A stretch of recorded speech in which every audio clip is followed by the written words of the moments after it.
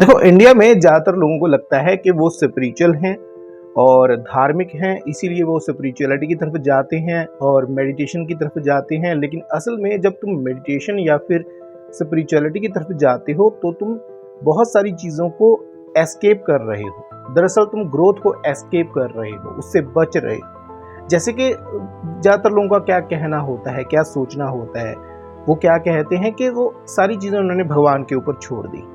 लेकिन ये लॉजिकल नहीं।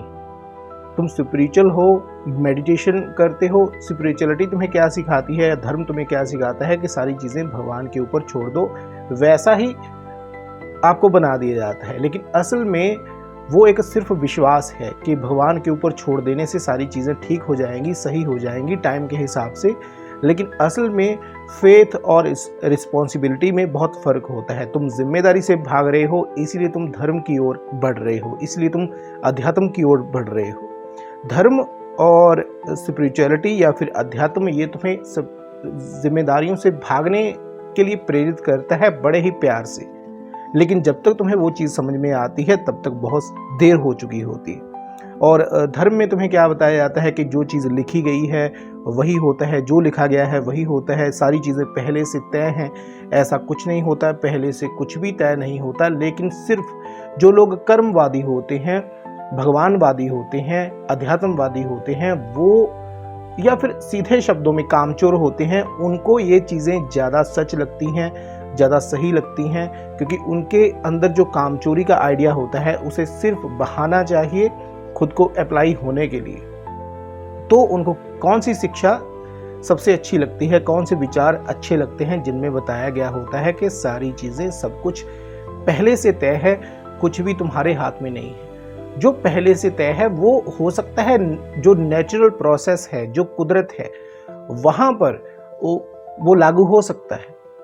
दरख्तों का बढ़ना है, बारिश का होना है, हवाओं का चलना है, मनुष्य का मरना है, उसका पैदा होना है। इन चीज़ों के बारे में तुम सोच सकते हो कि सारी चीज़ें पहले से तय हैं क्योंकि तुम पहले से देखते आए हो। लेकिन जो तुम काम कर रहे हो, जो तुम्हारी जिम्मेदारियां हैं, उनके रिजल्ट्स पहले से तय नहीं हैं। उनके रिजल्ट तुम्हें खुद ही अपनाने पड़ेंगे और उनके हिसाब से चलना पड़ेगा। ओके। और कई लोगों का क्या बहाना होता है कि मुझे शांति चाहिए, मतलब उनको शांति चाहिए, इसीलिए वो मटेरियलिक जो दुनिया है, मटेरियलिज्म जो है उसे दूर हो रहे हैं और अध्यात्मवादी बन रहे हैं, ध्यान कर रहे हैं, मेडिटेशन कर रहे हैं। ये भी सिर्फ बहाने हैं। कभी भी तुम पीस के नाम के ऊपर, मन की शांति के नाम के ऊपर प्रॉब्लम्स को अवॉइड नहीं कर सकते, क्योंकि वो तो आएंगी और वो तब तक आती रहेंगी जब तक उनका तुम पक्का सोल्यूशन, सही सोल्यूशन नहीं खोजते हो। तो जितनी तुम्हारी धार्मिकता है, स्पिरिचुअलिटी है, वो सारी बहाने हैं। यहाँ तक के जो धार्मिक लोग हैं, स्पिरिचुअल लोग हैं, जो वैसे व्याख्यान बनाते हैं, वैसी किताबें लिखते हैं, वैसी जानकारियाँ तुम्हें देते हैं, और धार्मिक किताबें तुम देखते हो, स्पिरिचुअल किताबें कितनी कितनी मोटी होती हैं, उनमें क्या बताया जाता है आपको कि जो मटेरियल चीज़ें होती हैं, मटेरियलिस्टिक वर्ल्ड होता है, वो ज़्यादा टाइम तक नहीं रहता। वो चीज़ें ख़त्म होने वाली हैं, उनकी उम्र ज़्यादा लंबी नहीं होती, वो चीज़ें बेकार होती हैं।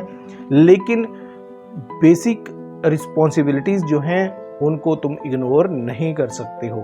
इसीलिए मटेरियलिज्म की तुम्हें ज़रूरत पड़ती ही पड़ती है। क्या तुम्हें रहने के लिए मकान नहीं चाहिए?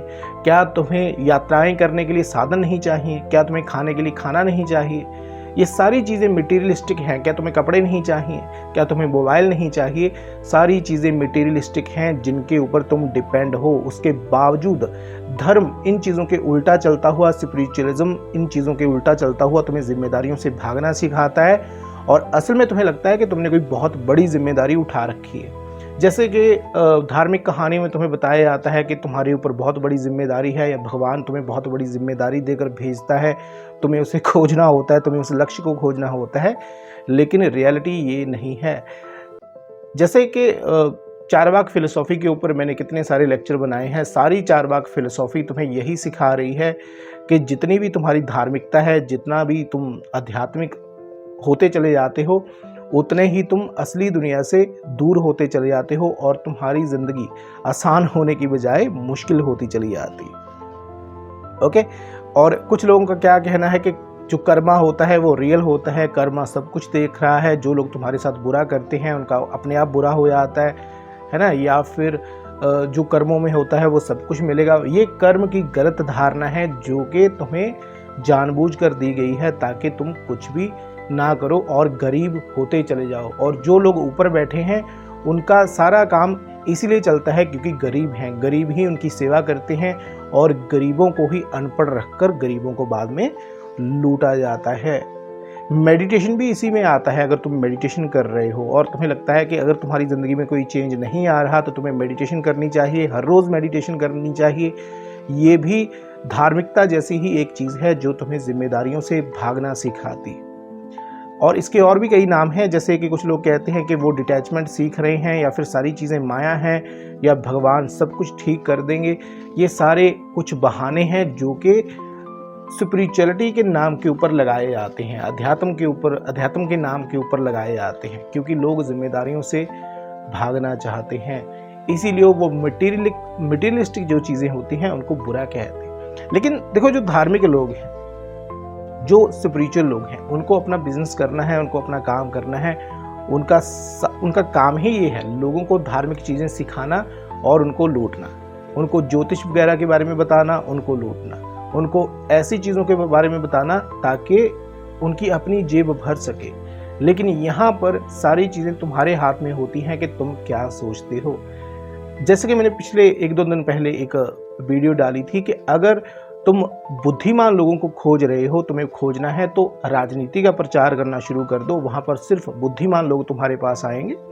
और अगर तुम बेवकूफ़ों या फिर कम अकलों को खोज रहे हो तो धर्म का प्रचार करना शुरू कर दो, क्योंकि धर्म बनाया ही उन लोगों के लिए गया था जो ज़्यादा मेहनत नहीं करना चाहते, जो किस्मतवादी होते हैं, जो भविष्यवादी होते हैं, जो ये सोचकर चलते हैं कि सारी चीज़ें अपने आप होती हैं, सब कुछ पहले से तय है, कोई भगवान है, कोई ईश्वर है, कोई ऐसी शक्ति है जो उनको चला रही है। देखो, भगवान को भी अगर तुम मानते हो, तब भी अगर तुम रियलिटी में भगवान को मानते हो तो भगवान जिसे तुम कह रहे हो वो तो हर पल कुछ ना कुछ कर रहा है। दिन के बाद रात होती है, जैसा कि धार्मिक किताबों में लिखा गया है ना कि भगवान ने ही दिन रात बनाए हैं, सूरज चांद बनाए हैं, पृथ्वी बनाई है। तो ये तो हमेशा कर्म कर रहे हैं, ये तो कहीं नहीं रुके हुए हैं। चांद हमेशा धरती के चक्कर लगाता रहता है, धरती सूर्य का चक्कर लगाती रहती है, सूर्य गैलेक्सी का चक्कर लगाता रहता है। ये सारी चीज़ें, दरख्त बढ़ते हैं, जिंदा होते हैं, नया बीज बनता है, मुरझाते हैं, फल देते हैं, फिर जिंदा होते हैं, पानी लगातार बहता चला जाता है, पृथ्वी घूम रही है, हवाएं चल रही हैं। ये चीज़ें तो कभी नहीं रुकती। अगर तुमने सीखना ही है तो यहीं पर से तुम जिम्मेदारियां सीख सकते हो, जिससे तुम असली भगवान कहते हो। जो असली जानकारी तुम्हें भगवान या फिर किसी बहुत बड़ी शक्ति के बारे में दी गई हैं, वो हमेशा गतिमान है, वो हमेशा कर्म कर रही है, वो हमेशा काम कर रही है। लेकिन जो तुम्हें धार्मिक चीज़ें सिखाते हैं, स्पिरिचुअलिटी सिखाते हैं, वो तुम्हें कहते हैं आंखें बंद करके बैठो, कोई काम नहीं करना है, कर्म से दूर भागो, कर्म से हमेशा दुख आते हैं, मटीरियलिस्टिक चीज़ों से दुख आते हैं। कहने का मतलब ये सारी चीज़ें, ये सारा ढांचा इस तरह डिज़ाइन किया गया है ताकि तुम जिम्मेदारियों से भाग सको। जो चीज़ें तुम्हें स्मार्ट बनाती हैं, जो चीज़ें तुम्हारी बुद्धि को जगाती हैं, उनको सीमित किया जा रहा है, दिन ब दिन उनको कम किया जा रहा है। लेकिन जो तुम्हारी बुद्धि को, तुम्हारे दिमाग को कम करती हैं, तुम्हें भविष्यवादी बनाती हैं, किस्मतवादी बनाती हैं और तुम्हें किसी अंधी दौड़ में शामिल करती हैं, तुम मेहनत नहीं करना चाहते। जैसे कि तुम देख लो, म्यूज़िक देख लो, सॉन्ग्स देख लो, मूवीज़ देख लो, वहाँ पर हमेशा ड्रग्स का प्रचार होता है, नशे का प्रचार होता है। नशा इसलिए नहीं बेचा जा रहा ताकि अच्छी इनकम हो सके, अच्छी कमाई हो सके। पीछे का सीक्रेट ये है, नशे को बेचने का सीक्रेट ये है कि नशे को बढ़ावा देने का सीक्रेट ये है ताकि नशा तुम्हारे दिमाग को सुस्त कर देता है धीरे धीरे। नशा करने वाला इंसान कोई जिम्मेदारी नहीं उठाना चाहता है। ओके, और कौन इसे बेचता है, कौन चलाता है, वो बताने की ज़रूरत नहीं है। कारण सिर्फ इतना है कि जो तुम्हारे ऊपर शासन कर रहा है, जो तुम्हारे ऊपर राज करना चाहता है, जो तुम्हें दबाकर रखना चाहता है, वो कभी नहीं चाहता तुम दिमागी तौर पर स्ट्रांग हो, वो कभी नहीं चाहता तुम लॉजिकली सोचो, वो कभी नहीं चाहेगा कि तुम हमेशा अपने पास पैसा इकट्ठा करते रहो और उसे प्यार करो। वो कभी ये नहीं चाहते। वो चाहते हैं तुम काम करो और अपनी दौलत लुटाते रहो, या फिर कामचोर बन जाओ ताकि दूसरे लोगों को तुमसे ज़्यादा मेहनत करनी पड़े और वो उसी में धंस जाएं और कभी भी उठकर विरोध ना कर पाए।